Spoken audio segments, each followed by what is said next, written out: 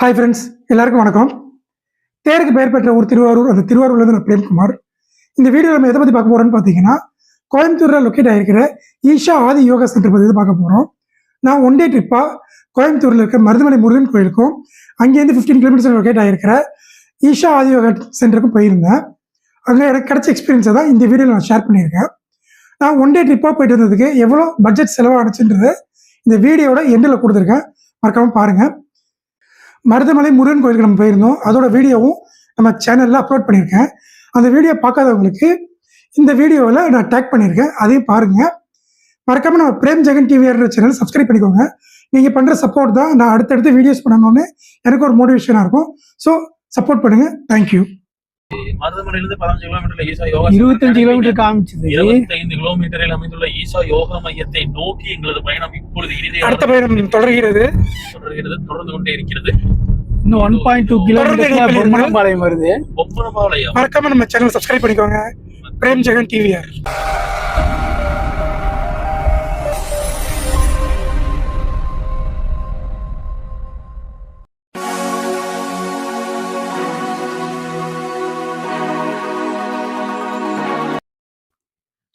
One day ட்ரிப்பாக நாங்கள் மருதமலைக்கு போயிட்டு அங்கேருந்து கோயம்புத்தூரில் இருக்கிற ஈஷாவுக்கு போயிடலான்னு சொல்லி பிளான் பண்ணிட்டோம். இது வந்து ஈஷாவுக்கு போகிற வழி எல்லாமே ஃபுல்லாக பார்த்திங்கன்னா தென்னந்தோப்புகள்லாம் அதிகமாக இருந்துச்சு. பார்க்குறதுக்கு அது நல்லா இருந்துச்சு. 2 சைடும் மரங்கள் தான், வியூ நல்லா இருந்துச்சு. நல்லா போகிற ரூட்டு. ஸோ இதுதான் பார்த்திங்கன்னா ஈஷாவோட என்ட்ரன்ஸு, தியானலிங்கம்னு போட்டிருந்துச்சு. ஸோ அதான் பார்த்துட்ருக்கீங்க. மேலே பார்த்தீங்கன்னா ஒரு பெரிய பாறை இருந்துச்சு. அந்த என்ட்ரன்ஸே ஒரு நல்ல ஒரு லுக்காக இருந்துச்சு. பார்த்தீங்கன்னா ஒரு புது ஏரியாக்குள்ளே போகிற மாதிரி இருந்துச்சு. நல்லா ஃபுல்லாகவே பார்த்தீங்கன்னா ஃபுல்லாக மலைப்பகுதி தான்றதுனால வேறு எதுவுமே தெரியாது நமக்கு. பார்க்குறதுக்கு அவ்வளோ அழகாக இருந்துச்சு வியூ. இங்கே பார்த்தீங்கன்னா ஒரு மனுஷ சிலை மாதிரின்னு சொல்கிறதால குரங்கு மசால் மாதிரி தருது. அது நல்லா இருந்துச்சு பார்க்குறதுக்கு. இங்கே ஒரு பில்டிங்கில் இங்கே பார்த்தீங்கன்னா ஏரியா ஃபுல்லாகவே பார்த்தீங்கன்னா ஒரு 10 மீட்டர்ஸ்க்கு ஒன்ஸு சிசிடிவி கேமராலாம் செட் பண்ணியிருந்தாங்க, எல்லாம் சேஃப்டிக்காக.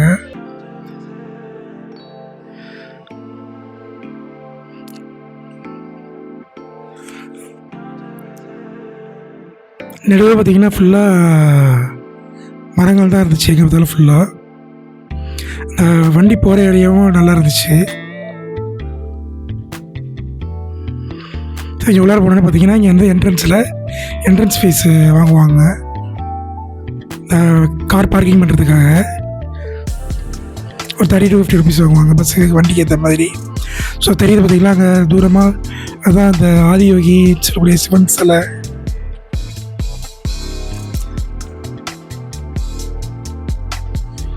இந்த ரூட்டில் பார்த்தீங்கன்னா நீங்கள் உள்ளார வர்றப்ப ரொம்ப ஹோட்டல்ஸ் எதுவும் இருக்காது.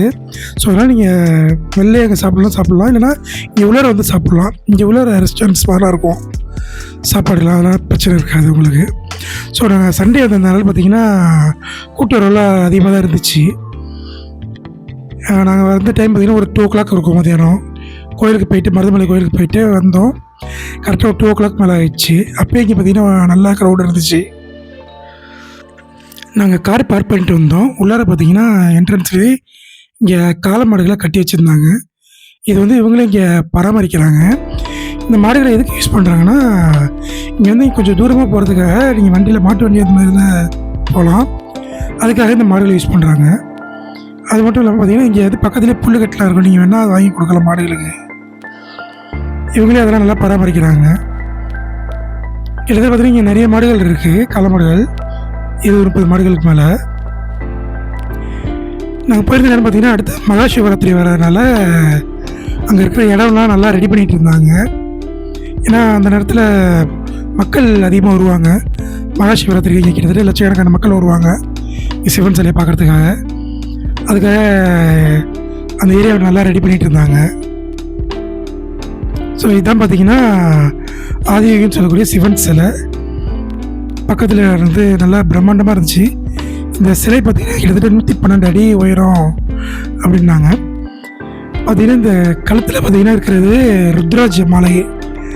ருத்ராட்சை பார்த்தீங்கன்னா நல்லா நிறைய ருத்ராட்சத்தை ஒன்றா கோத்து பெரிய மாலையாக கோத்து போட்டிருந்தாங்க. ஏன்னா அதில் அப்போ தான் இவ்வளோ பெரிய சிலைக்கு இது சின்னதாக நமக்கு தெரியும். ஆனால் கிட்ட போய் பார்க்கும்போது தான் பார்த்தீங்கன்னா உங்களுக்கு அவ்வளோ ருத்ராட்சத்தை ஒன்றா கோத்து கட்டியிருந்தது தெரியும். சிலை பார்க்குறதுக்கு உண்மையிலே ரொம்ப அற்புதமாக இருந்துச்சு. அது கிட்டத்தில் இவ்வளோ பெரிய சிலையை பார்க்கும்போது பெரிய ஆச்சரியமாகவும் இருந்துச்சு. இதை எனக்கு முதல் தடவை பார்த்த அனுபவம். இவ்வளோ பெரிய சிலையை, சிவன் சிலையை. நாங்கள் போயிருந்த நேரம் பார்த்திங்கன்னா மதியானம் 2 மணி 2:30 மணிக்கு மேலே இருக்கும். அந்த நேரத்துலேயே பார்த்திங்கன்னா அங்கே கூட்டம் அதிகமாக இருந்துச்சு. மக்கள் நிறைய பேர் இருந்தாங்க அந்த நேரத்தில். ஏன்னா வீக்கெண்டில் பார்த்திங்கன்னா ஸ்பெண்ட் பண்ணுறதுக்கு நல்ல ஏரியா அது. அவங்க ரிலாக்ஸாக ஃபேமிலியோட ஸ்பெண்ட் பண்ணலாம்.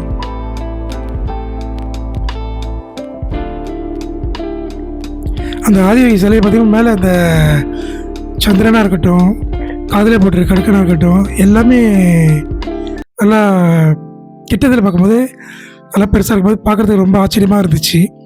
அந்த சிலையை சுற்றி பார்த்திங்கன்னா ஃபுல்லாக திரிசூலமாக செட் பண்ணியிருந்தாங்க. திரிசூல வேலி மாதிரி. யார் கிட்ட போய் தொடக்கூடாதுன்றதுங்க. அதுவும் நல்லது தான் ஒரு விதத்தில். நல்லா இருந்துச்சு பார்க்குறதுக்கு. இந்த பெரிய சிலைக்கு முன்னாடி பார்த்திங்கன்னா ஒரு மண்டபம் இருக்கும். அந்த மண்டபத்தில் சிவலிங்கம் வச்சு பிரதிஷ்டை பண்ணியிருந்தாங்க. அதில் மக்கள் அலோடு தான். அங்கே வந்து உங்கள் கையால் அபிஷேகம் பண்ணணும் அப்படின்னா முன்னாடியே ஒரு கலசத்தில் தண்ணி தருவாங்க. அது 50 ருபீஸ் to 100 ருபீஸ் சார்ஜ் பண்ணுவாங்க. அந்த கலசத்தில் இருக்க தண்ணி வாங்கிட்டு போய் நீங்களே அபிஷேகம் பண்ணலாம்.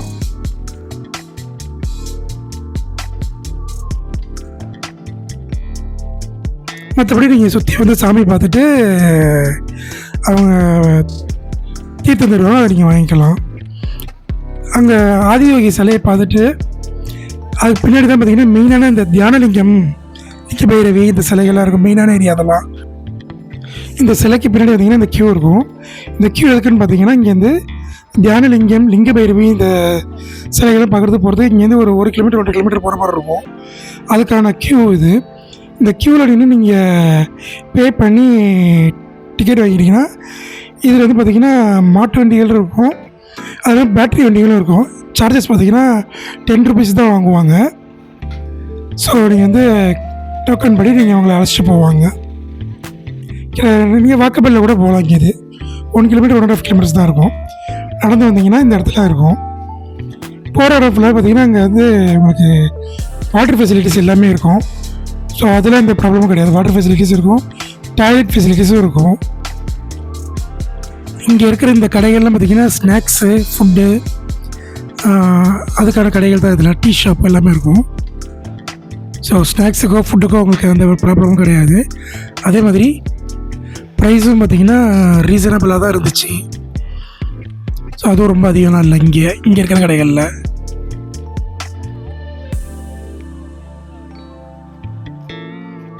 இந்த இடத்த பின்னாடி இருக்கிற மலைகள் என்னென்னு பார்த்திங்கன்னா வெள்ளையங்கிரி மலை.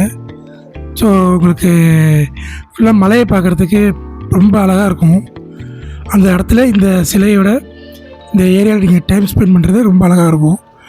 உள்ளார போனதுக்கப்புறம் பார்த்தீங்க அப்படின்னா என்ட்ரன்ஸ்லேயே ஒரு சிவன் சிலை நிற்கிற மாதிரி இருக்கும். அந்த சிலை அற்புதமாக வடிவமைச்சிருந்தாங்க. அதேமாதிரி இதுக்கப்புறம் நீங்கள் வந்து உங்களோட செல்ஃபோன் உள்ளார அலோட் கிடையாது. அங்கேயே லாக்கர் ஃபெசிலிட்டிஸ் இருக்கும். அங்கே கொடுத்துட்டு நீங்கள் டோக்கன் வாங்கிட்டு அதுக்கப்புறம் தான் உள்ளார போகிற மாதிரி இருக்கும்.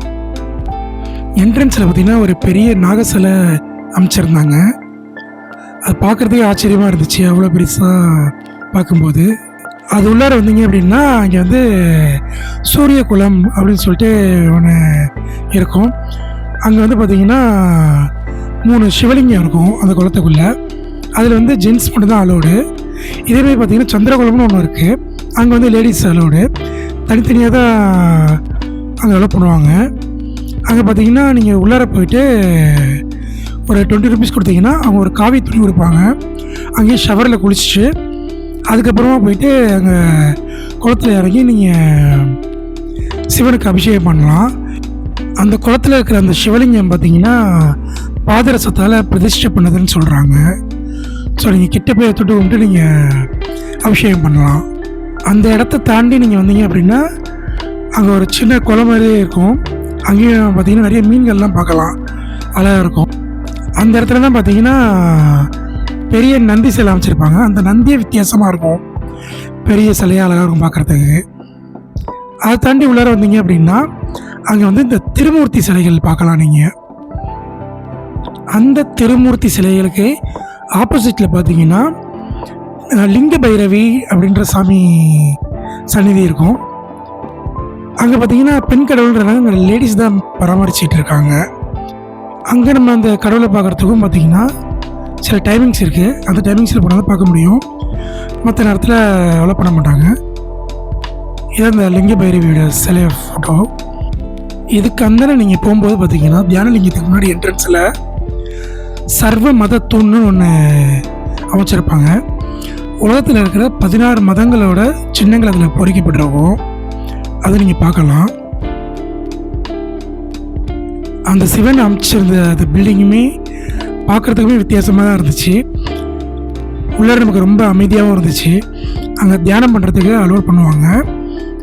ஒரு 10 நிமிஷம் மினிமம் நம்ம தியானம் பண்ணலாம் அங்கே உட்காந்து. அதுக்கு மேலே விருப்பப்பட்டால் எவ்வளோ நேரம் வேணாலும் நீங்கள் தியானம் பண்ணலாம். அந்த தியான லிங்கம் பார்த்தீங்கன்னா 13 அடி உயரமானது. அதுவும் பார்த்தீங்கன்னா பாதரசத்தில் தான் பிரதிஷ்டை பண்ணது அப்படின்னு சொல்கிறாங்க. அங்கே தியானம் பண்ணிட்டு நீங்கள் வெளில வந்தீங்க அப்படின்னா உள்ளார இருக்க சில ஸ்டோர்ஸ்லாம் அங்கேயே இருக்குது, ஷாப்பிங் பண்ணுற மாதிரி. ரெஸ்டாரண்ட்ஸும் இருக்குது, நீங்கள் சாப்பிட்லாம். அங்கே ஸ்டோர்ஸில் பார்த்தீங்கன்னா பூஜைக்கு தேவையான அந்த பொருட்கள்லாம் இருக்கும். ப்ரைஸ் கொஞ்சம் அதிகமாக தான் இருக்கும் நம்ம வெளியில் கம்பேர் பண்ணும்போது அங்கே உள்ளார. அது மட்டும் இல்லாமல் இந்த மொபைல்ஸ் பார்த்தீங்கன்னா அங்கே இருக்கிற வீடியோஸ் இருக்கிறது, அங்கே உள்ளார காட்டேஜில் ஸ்டே பண்ணுறவங்களுக்கு தான் மொபைல்ஸ் அலோடு. அவங்க தான் உள்ளார இருக்கிற வீடியோஸ்லாம் எடுக்கலாம். நம்ம வந்து பார்க்க போகும்போது அலோவ் பண்ண மாட்டாங்க. ஸோ வீக்கெண்டில் பார்த்தீங்கன்னா நீங்கள் டைம் ஸ்பெண்ட் பண்ணுறதுக்கு நல்ல ஏரியா, நல்ல ஸ்பாட்டு, ஒன் டே ட்ரிப்பாக நீங்கள் போய்ட்டு வரலாம். பட்ஜெட்டு ரொம்ப ஆகாது. இந்த மாதிரி இடத்துல நீங்கள் விசிட் பண்ணும்போது உங்களுக்கு நல்ல மெமரபிள்ஸ் கிடைக்கும், நல்ல ரிலாக்ஸேஷன் கிடைக்கும். பார்க்குறதுக்கான ஒரு நல்ல இடம் அது.